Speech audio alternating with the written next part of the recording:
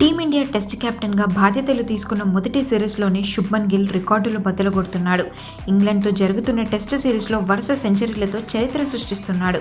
కెప్టెన్గా టీంని ముందుకు నడిపిస్తూ బ్యాటర్గా ఇరగదీస్తున్నాడు. బర్మింగ్హామ్లో జరుగుతున్న రెండవ టెస్ట్ మ్యాచ్లో డబుల్ సెంచరీ చేసిన గిల్ ఇండియా నుండి ఇంగ్లాండ్ గడ్డపై తొలి డబుల్ సెంచరీ చేసిన భారత కెప్టెన్గా చరిత్ర సృష్టించాడు. ఇక ఇది ఒక అరుదైన రికార్డ్. విరాట్ కోహ్లీ, సచిన్, సెహ్వాగ్ ఇలా అందరి రికార్డులని చెరిపేస్తున్నాడు. కోహ్లీ టెస్ట్ క్రికెట్కు రిటైర్మెంట్ ప్రకటించిన విషయం తెలిసిందే. కానీ ప్రతి మ్యాచ్లో ఫ్యాన్స్ విరాట్ కోహ్లీని మిస్ అవుతూనే ఉన్నారు. తన ఇన్స్పిరేషన్ విరాట్ కోహ్లీ అంటూ ఎన్నోసార్లు శుభ్మన్ గిల్ చెప్పుకొచ్చాడు. అందుకే గిల్కి ప్రిన్స్ అన్న పేరు వచ్చింది. తన ఐడల్గా చెప్పుకునే కింగ్ కోహ్లీకి తన స్టైల్లో ప్రిన్స్ ట్రిబ్యూట్ ఇచ్చాడని అంటున్నారు ఫ్యాన్స్. అది ఎలాగంటే ఇంగ్లాండ్తో జరిగిన రెండవ టెస్ట్ మ్యాచ్లో శుభ్మన్ గిల్ 269 పరుగులు చేసి అవుట్ అయ్యాడు. Virat Kohli test cap number కూడా 269. విరాట్ కోహ్లీ రిటైర్ అయినప్పుడు ఫ్యాన్స్ అంతా థ్యాంక్ యూ 269 అంటూ కోహ్లీకి రిటైర్మెంట్ శుభాకాంక్షలు తెలిపారు.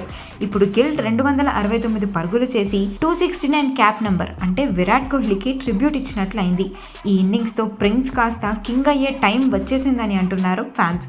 టీమిండియా తరపున టెస్టుల్లో డబుల్ సెంచరీ చేసిన కెప్టెన్లలో విరాట్ కోహ్లీ, ధోని, శుభ్మన్ గిల్ మాత్రమే ఉన్నారు.